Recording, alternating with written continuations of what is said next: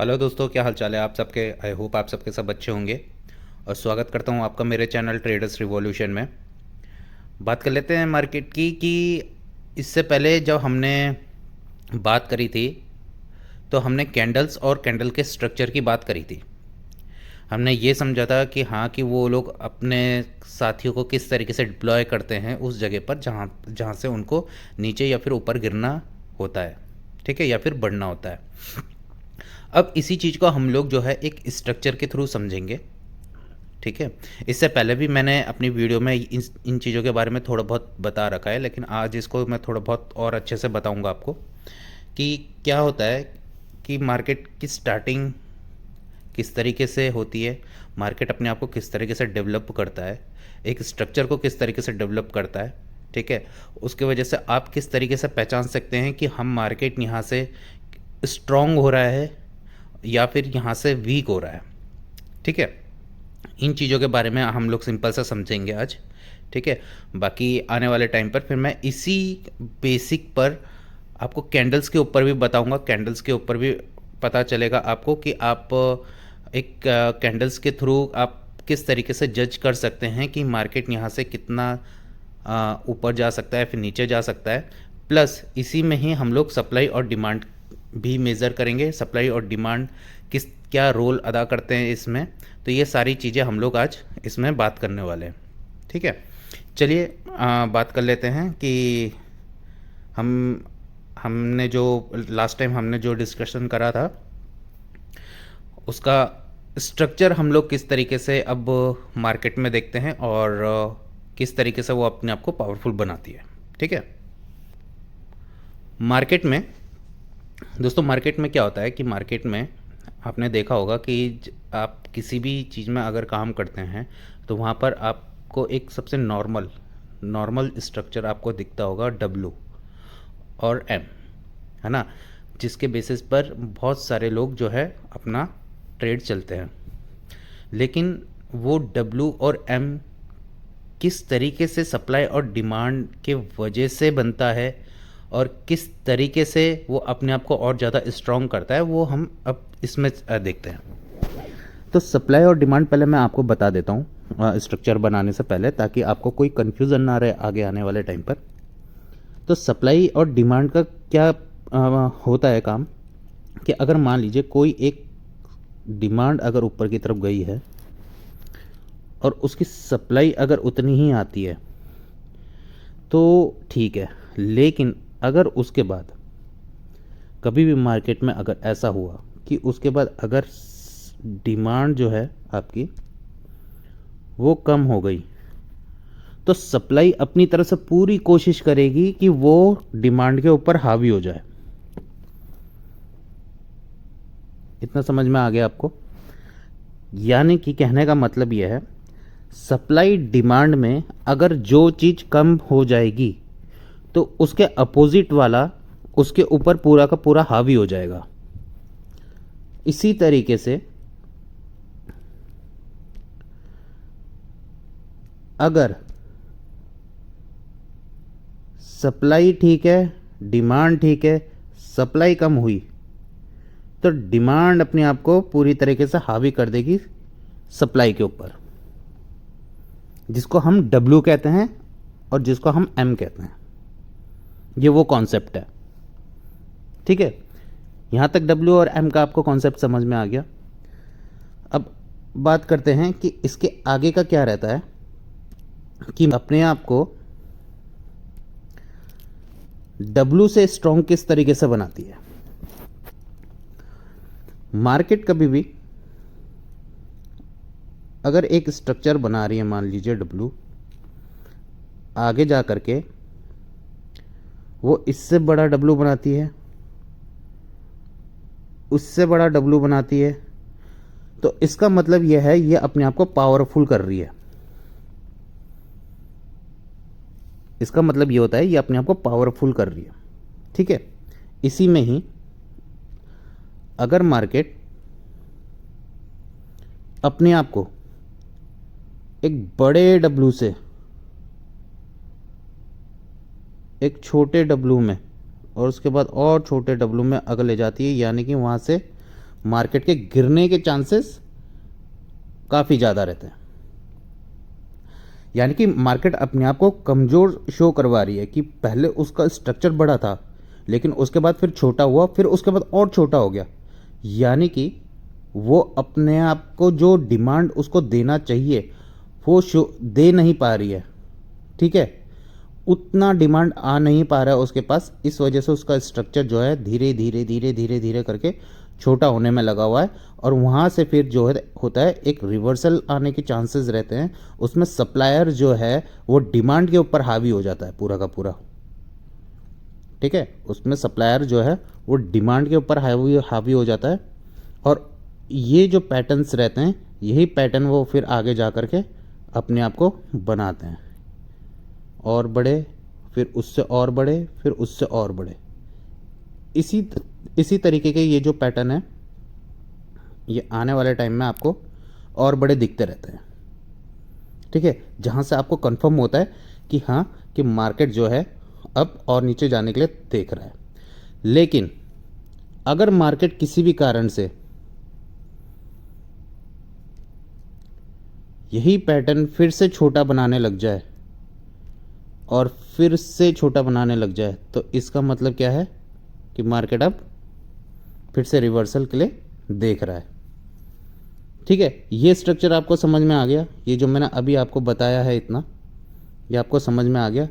ये मैंने आपको पूरा W से लेकर के एक M तक का और M का कंटिन्यूएशन ये सारा बताया मैंने आपको कि मार्केट W फिर उसके बाद M किस तरीके से हमें शो होता है। जब हम लोग मार्केट को देखते हैं, वो इस तरीके से शो किया जाता है हमें। और आने वाले टाइम में अगर ये जो स्ट्रक्चर है आपका, यही स्ट्रक्चर एक बड़े W या फिर M में कन्वर्ट होता है, बड़े W या फिर M में कन्वर्ट किया जाता है। ठीक है, ये W और M का कॉन्सेप्ट आपको समझ में आ गया। सप्लाई एंड डिमांड के बेस पर ये कॉन्सेप्ट होता है। इसमें दूसरा यही रहता है कि अगर W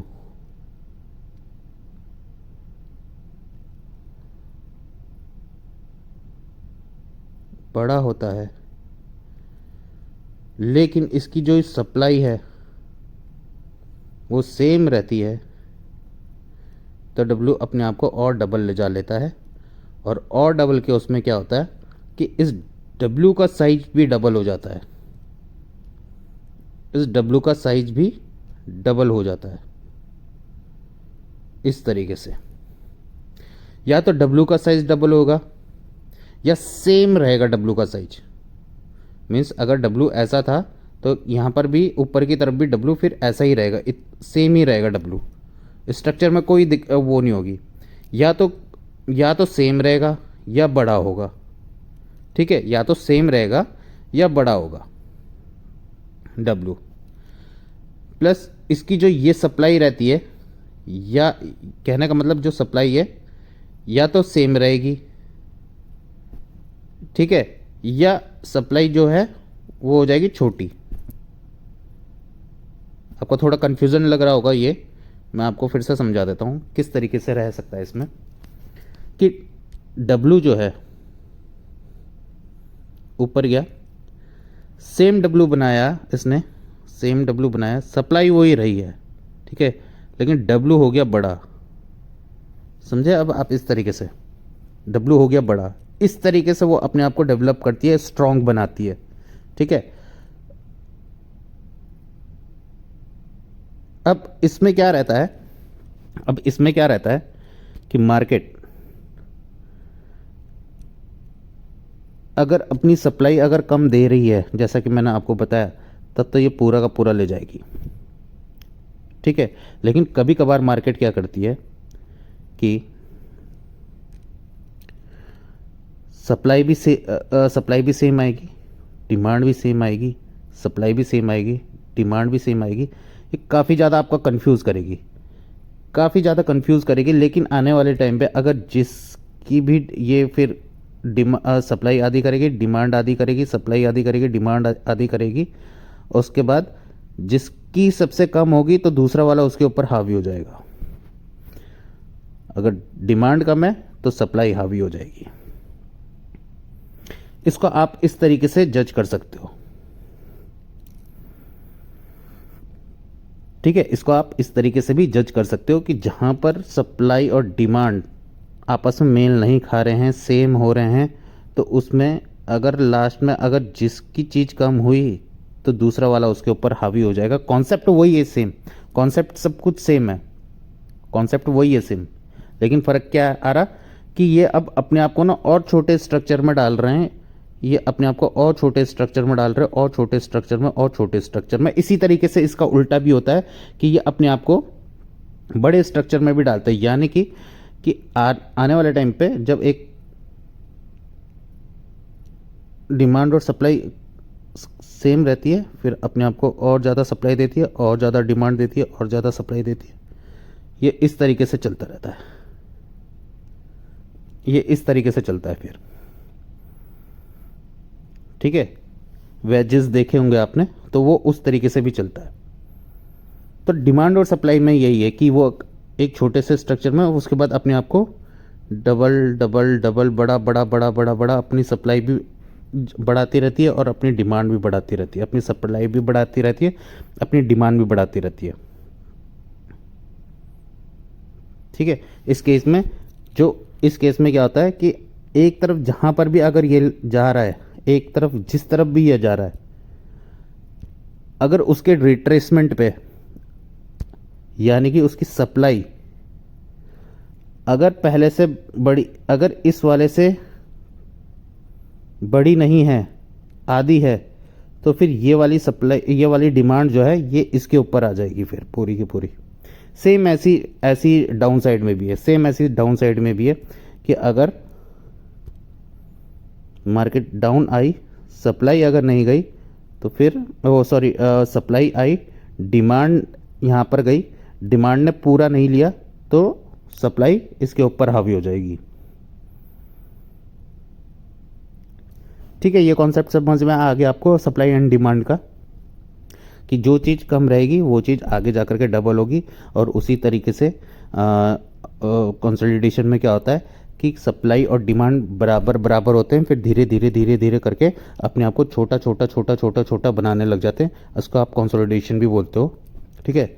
और इसी का उल्टा भी होता है कि एक मूव के बाद डिमांड सप्लाई कम कम कम, ज़्यादा ज़्यादा ज़्यादा ज़्यादा ज़्यादा ज़्यादा, इस तरीके से भी होने लग जाती है,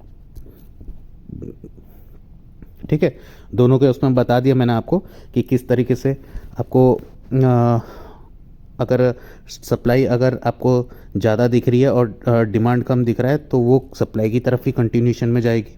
अगर डिमांड ज़्यादा है, सप्लाई कम है, तो डिमांड की ही कंटिन्यूशन में जाएगी, ठीक है। इतना समझ में आ गया आपको, तो आगे बढ़ते हैं।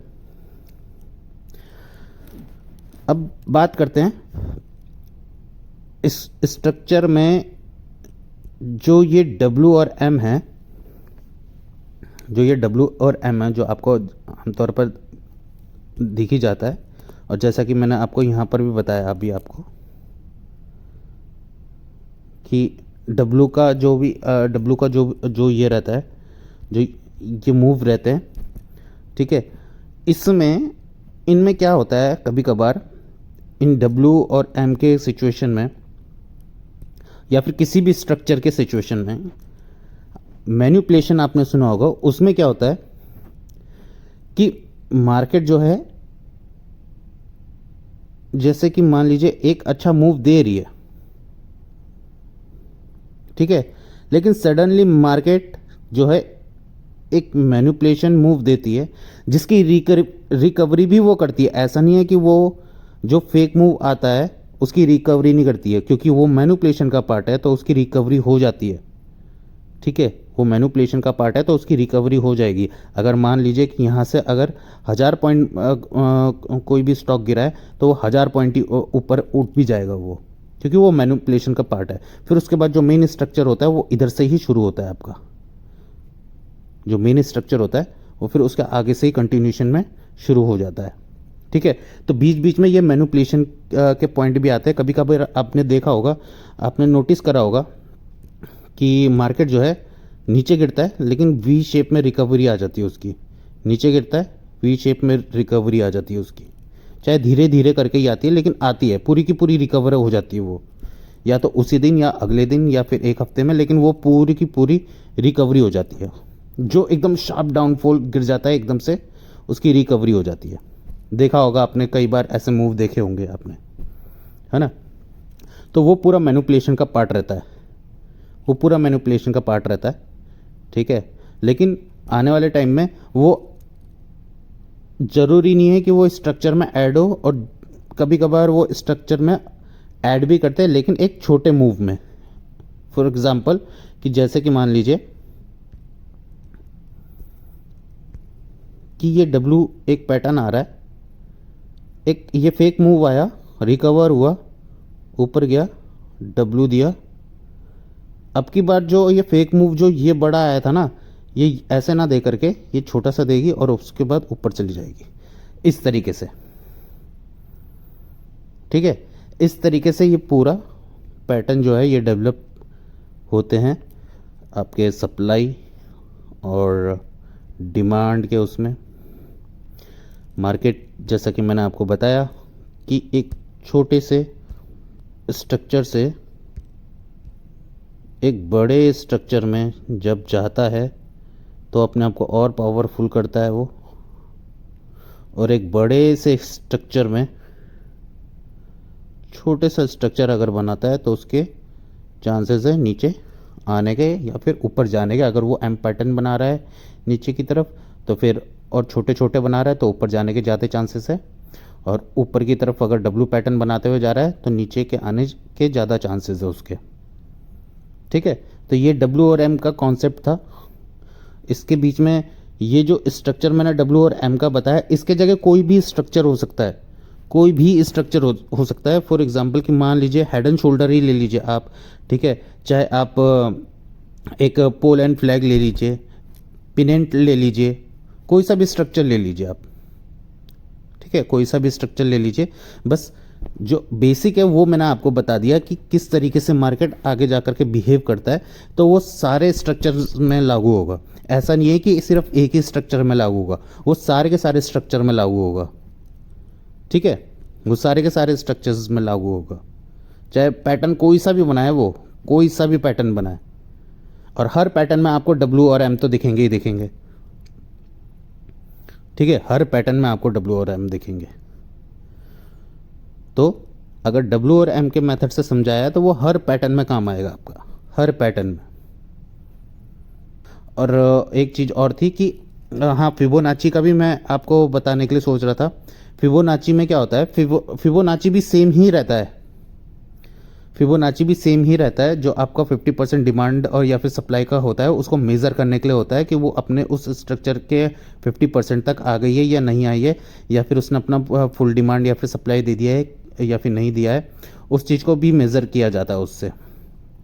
ठीक है, तो ये हम लोग आने वाले फिबोनाची को हम लोग आने वाले टॉपिक में लेंगे। तो फिलहाल के लिए तो अभी वीडियो में बस इतना ही था। अगर वीडियो अच्छी लगी हो तो लाइक और सब्सक्राइब करना ना भूलिएगा। चलिए फिर मिलते हैं नेक्स्ट वीडियो में।